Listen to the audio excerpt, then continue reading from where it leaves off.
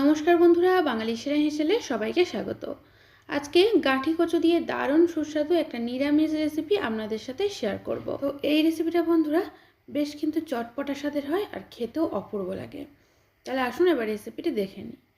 তো এখানে আমি 300 গ্রাম পরিমাণে গাঁঠি কচু নিয়ে পরিষ্কার করে ধুয়ে প্রেসার কুকারের মধ্যে দিয়ে অল্প একটু জল দিয়ে দিলাম। দিয়ে প্রেসার কুকারে 2টোর মতো সিটি দিয়ে নেব। এটা কিন্তু অবশ্যই খেয়াল রাখবেন, 2টোর বেশি বা কম সিটি দেবেন না, 2টোর মতোই সিটি দেবেন। দিয়ে সঙ্গে সঙ্গে কিন্তু ঢাকনাটা খুলে নিতে হবে। মানে আমরা যে ভাপটা বসিয়ে রাখি প্রেসার কুকারটা কিছুক্ষণ বসিয়ে রেখে সেটা কিন্তু করলে হবে না। সঙ্গে সঙ্গে ঢাকনা খুলে এটাকে ঠান্ডা করে নিতে হবে। তারপর দেখুন একে একে গাঁটি কচুর খোসাগুলো ছাড়িয়ে নেব। আর যদি এটা খুব বেশি সিটি দিয়ে দেন তাহলে কিন্তু গাঁটি কচুটা নরম হয়ে যাবে আর খোসাটা এত সুন্দরভাবে উঠবে না। আর নিরামিষ এই গাঁটি কচুর রেসিপি আপনারা একবার বানালে কিন্তু বারবার বানাবেন। তো সবগুলো কচুর খোসা ছাড়িয়ে নেওয়ার পর এগুলোকে গ্রেট করে নেব।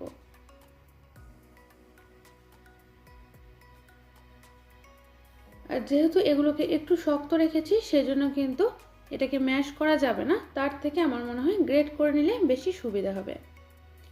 এবারে এই গ্রেট করা কচুর মধ্যে কয়েকটা গুঁড়ো মশলা দিয়ে দিচ্ছি। দিলাম হাফ চা চামচ পরিমাণে হলুদের গুঁড়ো, হাফ চা চামচ পরিমাণে লাল লঙ্কার গুঁড়ো দিয়ে দিলাম।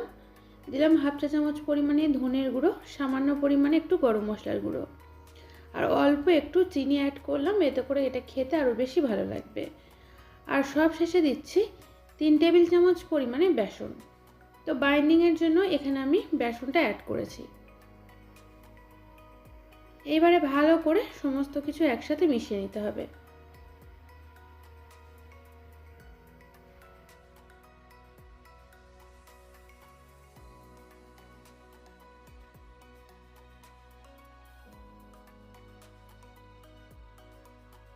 আর এর মধ্যে যেটা অ্যাড করা হয়নি সেটা হচ্ছে কাঁচা লঙ্কা। কাঁচা লঙ্কাটা কিন্তু এখানে অবশ্যই দেবেন, এতে করে 2-1টা কাঁচা লঙ্কা যখন গালে পড়বে তখন কিন্তু এটা খেতে আরও বেশি ভালো লাগবে।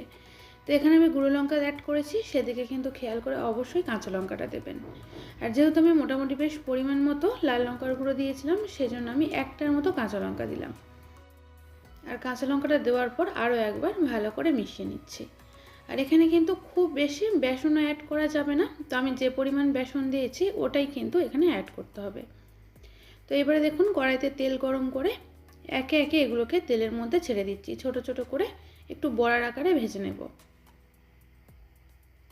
আর এমনি নর্মালি কিন্তু এইভাবে গাঁটি কচুর বড়া করেও খেতে পারেন।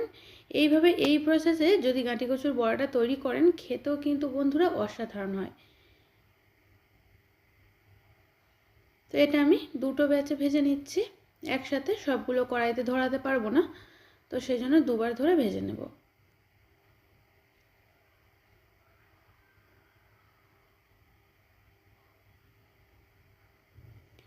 তো সম্পূর্ণ নিরামিষ গাঁটি কচুর এই রেসিপিটা গরম গরম ভাতের সাথে বা এমনি শুধু মুখে খেতেও কিন্তু দুর্দান্ত লাগে।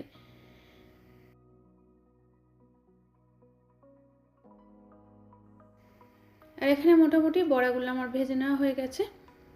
তো খুব বেশি এর থেকে লাল লাল করে ভাজবো না, তো এবার এগুলোকে একটা প্লেটে করে তুলে রাখবো।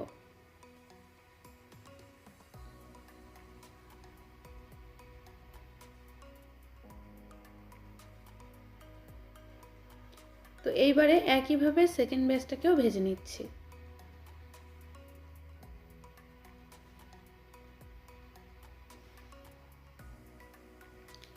তো সেকেন্ড ব্যাচ ভাজা হয়ে গেছে, কড়াইতে দিয়ে দিলাম 1 টেবিল চামচ পরিমাণে সর্ষের তেল। তেল গরম হয়ে যাওয়ার পর ফোড়নে দিয়ে দিলাম 2টোর মতো গোটা শুকনো লঙ্কা আর দিচ্ছি অল্প পরিমাণে একটু গোটা জিরে। আর এই জিরে আর শুকনো লঙ্কাটাকে তেলের ওপর নেড়েচেড়ে একটু ভেজে নিচ্ছি। তো এইবার আমি এখানে 2 পিঞ্চ মতো হিং অ্যাড করব। তো হিংটা এখানে আমি আগে দিইনি, তার কারণ হিংটা একটু যদি দেরি করে দেওয়া হয় তাহলে কিন্তু হিংয়ের ফ্লেভারটা বেশিক্ষণ স্টে করে, মানে খেতে আরও বেশি ভালো লাগে। তো এইবারে এর মধ্যে দিয়ে দিলাম 1টার মতো মিডিয়াম সাইজের টমেটো পিউরি। আর টমেটো পিউরি দেওয়ার সাথে সাথে এর মধ্যে দিচ্ছি হাফ ইঞ্চি পরিমাণে গ্রেট করে রাখা আদা। এখানে আপনারা আদার পেস্টও কিন্তু ব্যবহার করতে পারেন। তো আদা টমেটোটাকে নেড়েচেড়ে ভেজে নিয়েছি। তো তেল ছাড়তে শুরু করেছে। তো এইবারে এর মধ্যে কয়েকটা গুঁড়ো মশলা অ্যাড করব। আর এর মধ্যে প্রথমে আমি দিচ্ছি হলুদের গুঁড়ো। আর যেহেতু এটা পরিমাণে অল্প, সব মশলাও কিন্তু অল্প পরিমাণে এখানে যোগ করবেন। দিলাম অল্প পরিমাণে একটু লাল লঙ্কার গুঁড়ো, স্বাদ মতো লবণ, ধনের গুঁড়ো এখানে আমি দিলাম হাফ চা চামচ পরিমাণে, আর জিরের গুঁড়ো দিলাম ধনের গুঁড়োর অর্ধেক পরিমাণে। তো এইবারে ভালো করে মশলাটাকে ভাজা ভাজা করে নিতে হবে। তো একদম সামান্য পরিমাণে একটু জল যোগ করছি। এবারে মশলাটাকে কষিয়ে নেব। তো মশলা মোটামুটি কষিয়ে নেওয়া হয়ে গেছে। এইবার এর মধ্যে গাঁটি কচুর বড়াগুলোকে দিয়ে দিয়েছি। আর এখানে কিন্তু আর আমি এক্সট্রা কোনো রকম জল অ্যাড করব না। তো একদম এটা শুকনো শুকনো করেই তৈরি করতে হবে। তো গাঁটি কচুগুলোকে দেওয়ার পর নেড়ে চেড়ে সমস্ত মশলার সাথে মিশিয়ে নিচ্ছি।